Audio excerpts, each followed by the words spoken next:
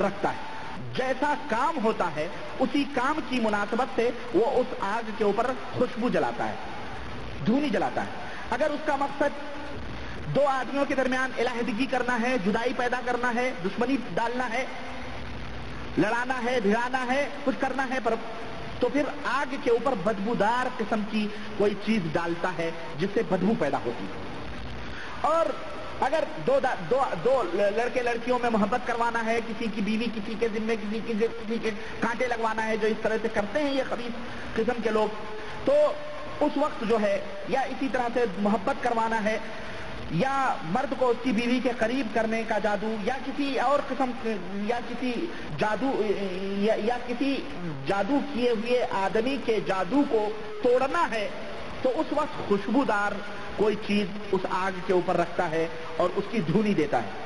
اور جب وہ دھونی پھیلتی ہے کمرے میں چاروں طرف, تو پھر وہ شرکیہ منتر پڑھنا شروع کرتا ہے جس میں وہ جنوں کے سردار کی, اب وہ منتر کیا ہوتے ہیں میں آپ کو بتاؤں, وہ منتر کون سے پڑھتا ہے. وہ منتر کیا ہوتے ہیں, وہ منتر اس جنوں کے سردار, اس جنوں کے سردار کی قسمیں کھانا, اس جن کے سردار کی دہائی دینا, جنوں کے سردار کو پکارنا اپنی مدد کے لیے, ان کے سجدے کرنا, ان کو خدائی مقام دینا, ان کو ان کی تعریفیں کرنا, ایسی تعریفیں جو اللہ کے لیے لائق و زیبا ہیں. یعنی یہ تمام سب ظاہر کفریاں ہیں, یہ تمام سب وہ کرنا شروع کرتا ہے. جیسا کہ اور ایسی حالت میں وہ جو جادوگر ہوتا ہے وہ ناپاک ہوتا ہے. کیا ہوتا ہے؟ ناپاک ہوتا ہے, ملعون قسم کا, یعنی جنبی ہوتا ہے, گند لپیٹے ہوئے اپنے جسم کے اوپر ہوتا ہے, یعنی بالکل, یعنی سمجھیے کہ نجس ہوتا ہے وہ مکمل طور پر. اور جب وہ اس قسم کے کفریہ کلمات, کفریہ منتر پڑھ کر کے فارغ ہوتا ہے, تو اس کے سامنے کبھی کبھی اس کے سامنے کتے کی شکل میں یا اژدہے کی شکل میں اس اندھیرے کمرے میں اس دھوئیں کے بیچ میں کوئی ایک ہیولہ ظاہر ہوتا ہے. کتے کی شکل میں یا اژدہے کی شکل میں ایک ہیولہ نمودار ہوتا ہے, تو وہ اس کے سامنے جادوگر اپنا مقصد بیان کرتا ہے.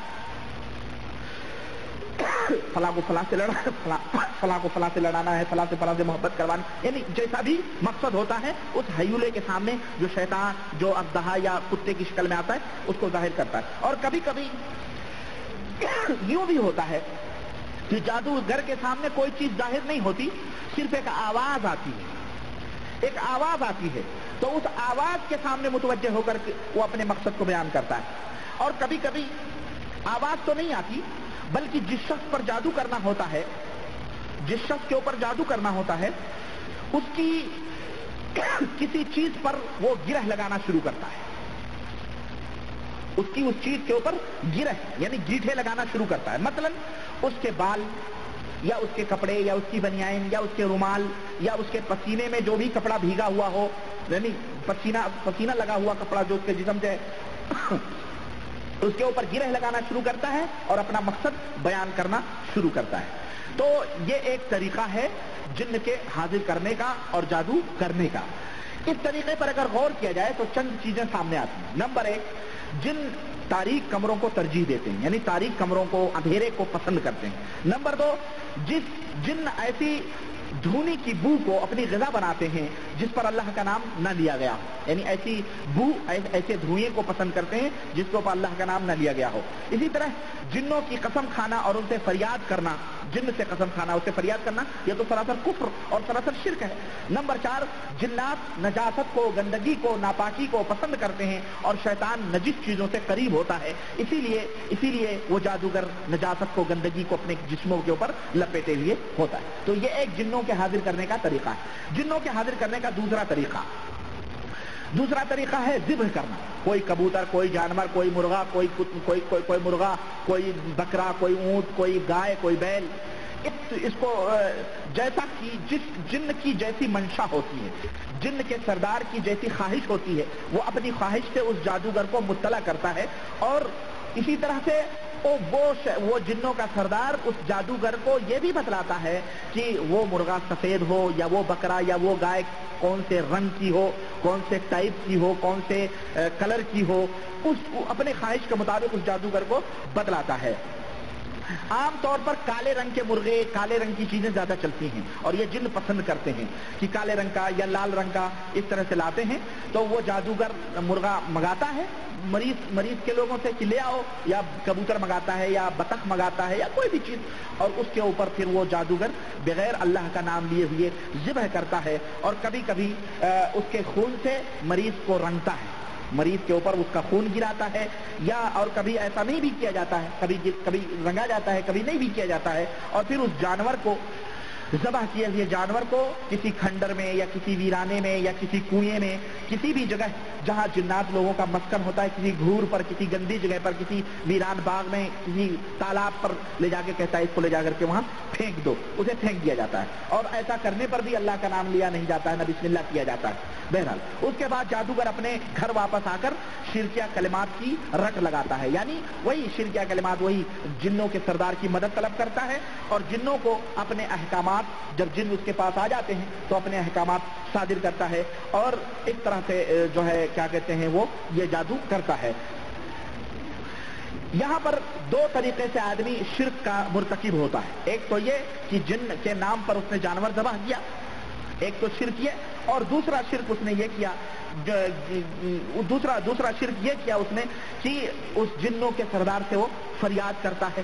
تو اور یہ دونوں سراسر شرک ہیں. چنانچہ اللہ کے رسول صلی اللہ علیہ وسلم نے فرمایا کہ من ذبح لغیر اللہ، اللہ کی لعنت ہوتی ہے اس آدمی کے اوپر جو اللہ کے سوا کسی اور کے نام کے اوپر ذبح کرے. اور اس کے بعد میں کبھی کبھی ایسا بھی ہوتا ہے کہ پھینکنے کے بجائے باقاعدے اس کو کیا کہتے ہیں پکایا جاتا ہے، پکا کے پھر اس کو لوگوں میں تبرک کے نام پر بانٹا جاتا ہے، تو تمام کے تمام لوگ اس کو کھاتے ہیں. تو ایک تو یہ سراسر کفر ہے اور شرک ہے، اور پھر غیروں کے نام پر ذبح کیے ہوئے جانور یہ تمام سراسر یہ حرام ہیں اور شرک ہیں. ایسے جانور جو اللہ کے سوا کسی غیر کے نام پر ذبح کیے جائیں، کسی استھان پر، کسی مزار پر، کسی گردوارے پر، کسی چبوترے پر، کسی علم پر، کسی شدے پر، کسی تعزیے پر، کسی بھی جگہ، سمجھ رہے ہیں؟ تو یہ تمام سب حرام ہیں. یہ جانور خنزیر سے بھی بدتر ہیں اور اس کے اندر سراسر شرک ہوتا ہے. یہ دوسرا طریقہ ہے جو ذبح کر کے جن کو راضی اور خوش کیا جاتا ہے اور وہ جادو پھر کیا جاتا ہے. تیسرا طریقہ سفلی طریقہ کہلاتا ہے. تیسرا طریقہ جنوں کو حاضر کرنے کا کون سا ہے؟ سفلی طریقہ ہے، اور یہ طریقہ جادوگروں میں سفلی کے نام سے مشہور ہے. اس طریقے میں کافی شیاطین جادوگروں کے انڈر میں ہوتے ہیں، جادوگروں کے قبضے میں ہوتے ہیں. بہت سارے شیاطین، بہت سارے جن اس کی تابع داری اور فرمانبرداری کرتے ہیں اور اس کے حکم کو نافذ کرتے ہیں جگہ جگہ. اس لیے کہ یہ جادو جو ہے اس کے اندر بہت بڑا کفر اور بہت بڑا شرک ہوتا ہے، اور اس میں جادوگر تمام کفر اور شرک کی سرحدوں کو بھی پلانگ جاتا ہے اور سبقت کر جاتا ہے. بہت بڑا شرک اور بہت بڑا حرام فعل جادوگر سفلی علم میں کرتا ہے، سفلی جادو میں کرتا ہے. چنانچہ وہ کون سا عمل ہے جو جادوگر اس سفلی کے لیے کرتا ہے؟ وہ عمل یہ ہے کہ جادوگر قرآن کریم کو اٹھا کر اپنے پیروں میں جوتا باندھتا ہے، اپنے پیروں میں قرآن کریم کو باندھتا ہے، نعوذ باللہ، اور پھر اسی باندھے ہوئے دونوں پیروں میں قرآن کو باندھ کر کے وہ حمام یعنی لیٹرین کی طرف جاتا ہے. لیٹرین میں جا کر کے اور وہاں کفریہ کلمات بیٹھ کر کے پڑھتا ہے. کفریہ کلمات یعنی وہی کفریہ کلمات، وہی شیطان کو بلاتا ہے، پکارتا ہے اس کے سجدے، یعنی وہ شرکیہ اور کفریہ کلمات بکتا ہے. وہ پھر بیت الخلا سے واپس آ کر اپنے حجرے میں آتا ہے اور پھر جن لوگ حاضر ہو جاتے ہیں اور اپنے مقصد کو وہ بیان کرتا ہے ان کے سامنے. تو پھر تمام جن اس کی فرمانبرداری اور اس کی اطاعت کرنے کے لیے مستعد ہو جاتے ہیں، کیونکہ وہ شیطان ہے اور شیطان ایسی حرکتیں کرانے سے خوش ہوتا ہے، بھائی ظاہر ہے. اور اس سلسلے میں وہ جادوگر پھر کفر کر کے شیطان کا بھائی بن جاتا ہے. پھر وہ جو کہتا ہے وہ شیطان اس کا وہ کرتے ہیں. اس جادو کا یہ مقام ہے سفلی علم. بعض جادوگر دعویٰ کرتے ہیں ہمیں سفلی علم ہے، تو یہ جادو کا وہ مقام ہے جس تک